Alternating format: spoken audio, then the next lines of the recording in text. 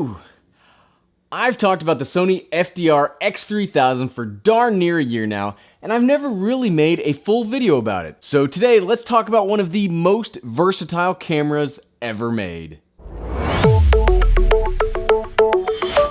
What's up everyone? I'm the Everyday Dad. If I can figure it out, you can figure it out. Now, this little gem does not get the attention it deserves. Honestly, Sony are some of the worst action camera labelers in the market today. The FDR X3000, the AS300, the FDR X1000V, so on and so forth. They're awful with camera naming. Now compare this with the super simple, strong names like GoPro Hero, Yeelight, Garmin Verb.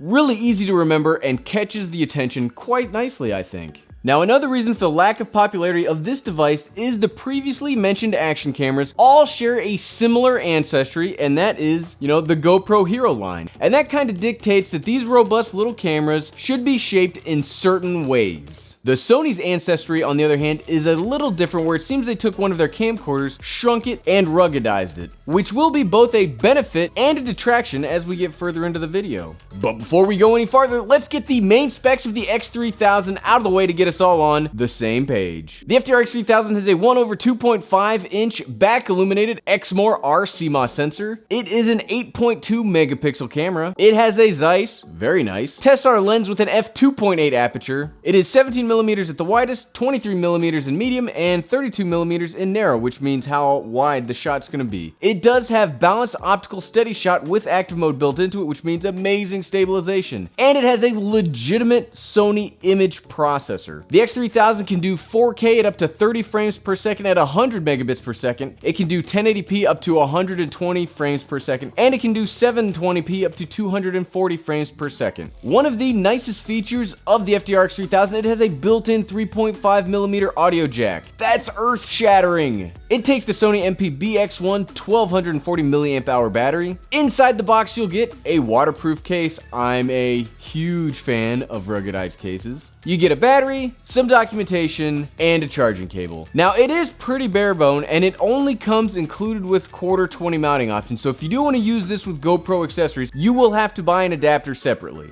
Okay, now it's time to really put this camera to the test by seeing how many of the pillars of action are holding it up. First up, ease of use. Now, the first pillar is honestly the weakest one for the X3000. There is no touchscreen interface, and honestly, that's one of my favorite ways to change the settings inside of an action camera. Also, there is no screen to see what the camera is filming. You can connect it to the Sony Play Memories app to use as a monitor, or you can buy the live remote watch, but I've never wanted to spend the extra money on that watch, and honestly, when you use an action camera that's wide enough, you don't really need to pay attention too much to the framing. Also, the menu system is not the easiest to navigate, though my recommendation is to find the filming setting that you really like. Just stick with it, don't change it if you can help it, because changing settings in the camera is the weakest, most frustrating part of the camera. It gets better from here, trust me.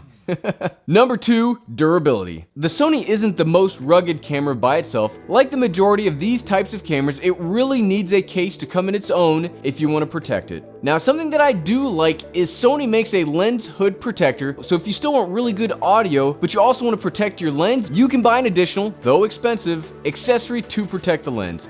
Now, I do like that the case is included with the X3000. However, when you use it, you will lose the most important aspect of the camera, and that is its built-in audio jack. So if you use the lens protector, you can still get really good audio. Number 3, compatibility with GoPro-style gimbals and accessories.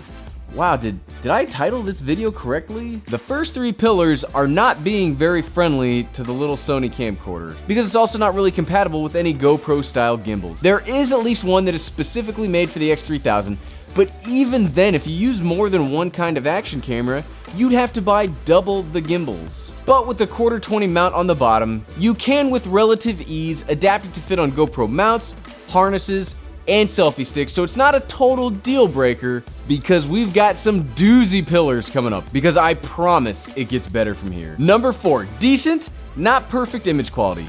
Now, the last 2 pillars are the ones holding the FDR X3000 up by far, and they hold it up so far that they might be holding it up purely on their own. The image quality out of the X3000 is fantastic, and in my opinion, it is some of the best image quality you will get out of an action camera, period. True, it is still pretty rough indoors, but outside it looks so good. And like we mentioned earlier, I like how the different angles of recording actually act like legitimate lens focal distances.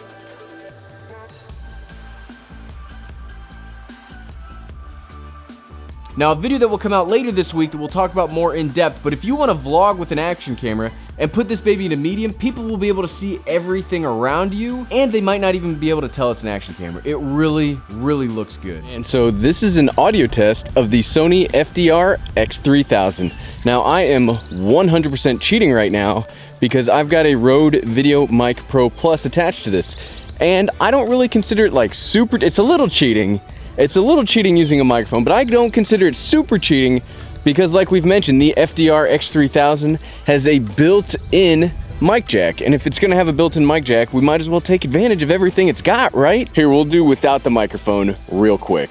Okay, and this is without the microphone attached, and you'll hear way different. I would hope that a microphone that costs as much as the camera would make it sound better, but it does just so much. Like, having a microphone is one of the most important things that you can add to a camera.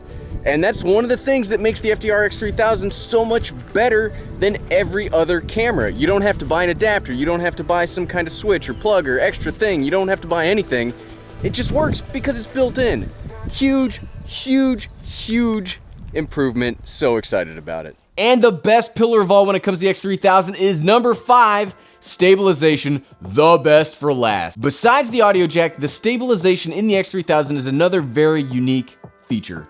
Every other action camera out there uses electronic image stabilization to steady their footage, and honestly some are pretty good, like the GoPro Hero 6 Black. However, the FDR X3000 has Sony's optical image stabilization built into it, which for my money is an outstanding feature that actually makes up for its lack of compatibility with GoPro style gimbals. I've used this before in video, and people have asked me what stabilizer I'm using for that camera, and it's just the built-in stabilization. When I did the Smooth Q versus action camera video, I got comments about, wow, how do you have the action camera that stabilized? It is the stabilization built into this camera. It is so amazing. Whew. And we're back. So what, right? So should you get a Sony FDR X3000? Now, if you are looking for a camera that can do just about everything outdoors, vlogging, action, multicam, B-roll, stabilized footage, this is absolutely the camera to get. Now, in all fairness, I'm not unbiased in this video because I really, really like this camera, and I wholeheartedly recommend it. I paid for this myself twice now. I trust this so much that I've paid for it twice. Now, like other action cameras out on the market, it won't do as well indoors, but the Sony FDR X3000 owns the outside.